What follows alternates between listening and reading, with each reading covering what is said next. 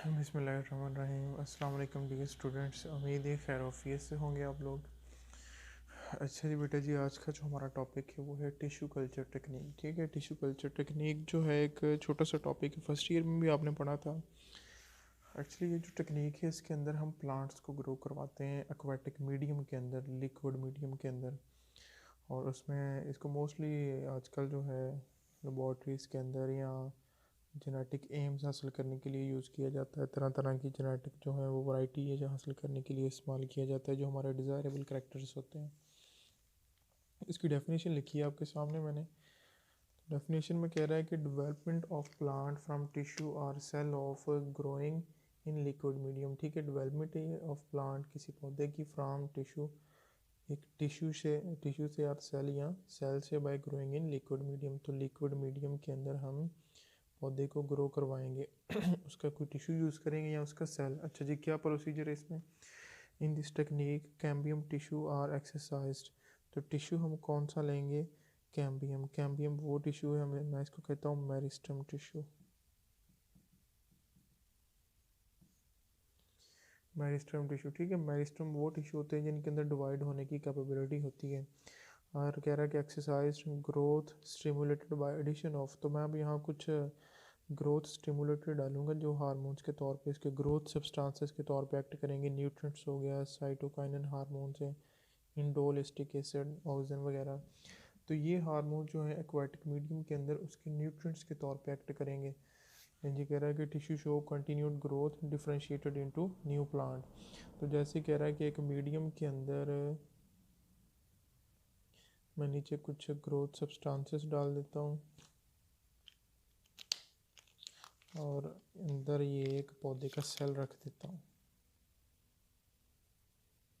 तो ये ग्रो करके जो है एक नया पौधा बना देगा। तो इस तरह हम जो पौधे उगाते हैं उसको हम कहते हैं टिश्यू कल्चर टेक्निक। ठीक है। अच्छा जी, उसके बाद इसकी इम्पोर्टेंस क्या है? इम्पोर्टेंस कह रहा है कि production of genetical identical plants.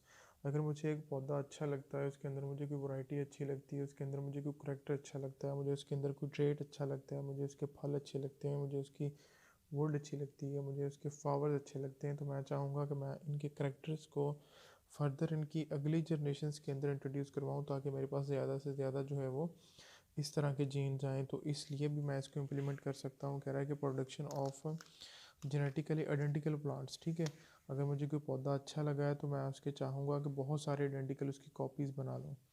Rapid propagation of desired variety, यानी अगर मुझे कोई डिज़ायर कोई एक वैरायटी अच्छी आ गई है किसी पौधे के अंदर, तो मैं चाहूँगा कि वो मेरे पास फर्दर मज़ीद अगली जनरेशन में भी वैरायटीज़ चलती रहें, ख़त्म ना हो। तो मैं इसलिए भी टिश्यू कल्चर टेक्निक को इम्प्लीमेंट करवाऊँगा।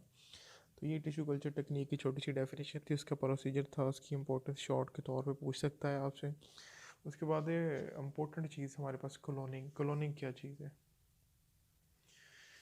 अच्छा जी, क्लोनिंग फर्स्ट ईयर में भी आप इसको पढ़ के आए हो, लेकिन यहाँ भी हम आगे सेकंड ईयर का चैप्टर है, सेकंड ईयर में कह रहा हूँ कि 23 बायोटेक्नोलॉजी चैप्टर है, उसके अंदर भी हम इसको डिटेल से पढ़ेंगे।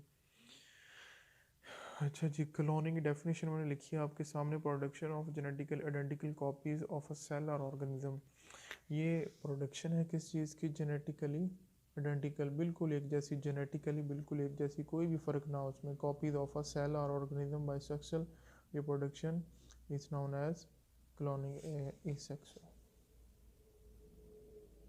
ठीक है, तो asexual reproduction is known as cloning.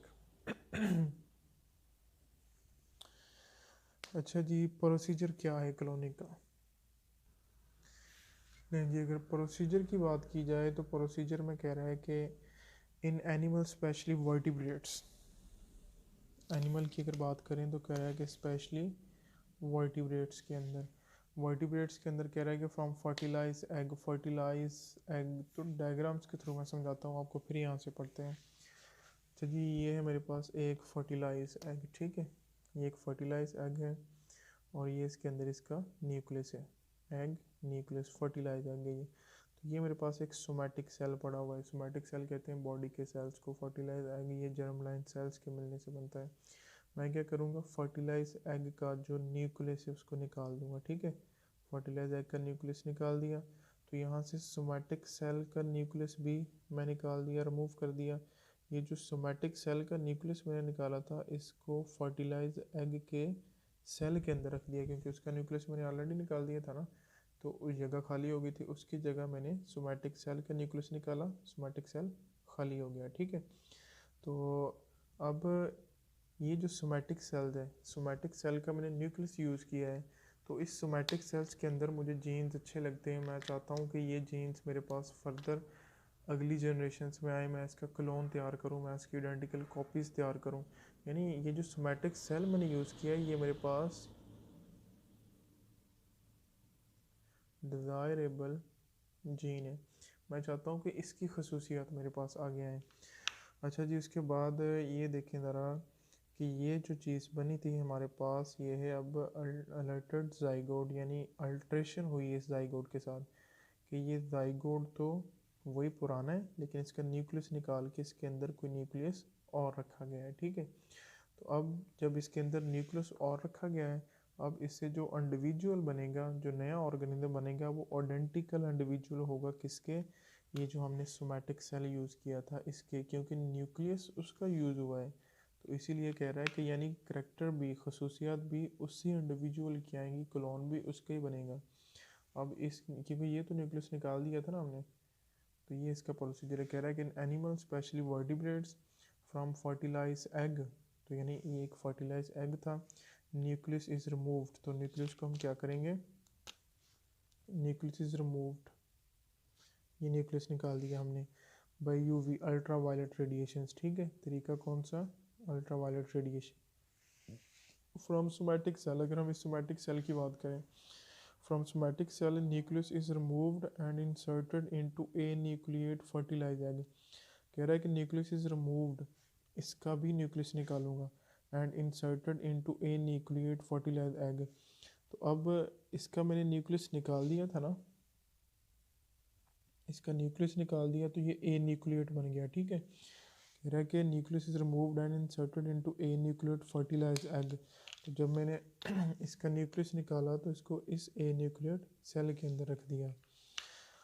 फिर कह रहा है कि related zygote develop into individual, तो ये वाला जाइगोट फिर एक इंडिविजुअल के अंदर डेवलप हो जाएगा। डेवलप इंडिविजुअल जो होगा, वो कह रहा है कि जेनेटिकली आइडेंटिकल टू, तो ये जेनेटिकली आइडेंटिकल होगा बिल्कुल, to host nucleus was used, यानी जिस ऑर्गेनिज्म का न्यूक्लियस यूज़ किया था, ये भी बिल्कुल उसी जैसा ही होगा। तो अगर इन शॉर्ट देखें कि यानी ये न्यूक्लियस यूज़ हुआ था, तो ये हमारे पास जो अब इंडिविजुअल आएगा, इसके पास करैक्टर भी कौन से होंगे,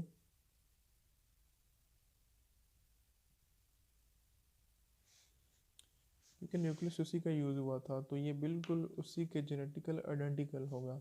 तो ये क्लोनिंग का हमारे पास जो है, ये एक इम्पोर्टेंट टॉपिक है, इसकी इम्पोर्टेंस है और इसकी कुछ लिमिटेशंस हैं, वो भी मैं दिखाता हूँ आपको।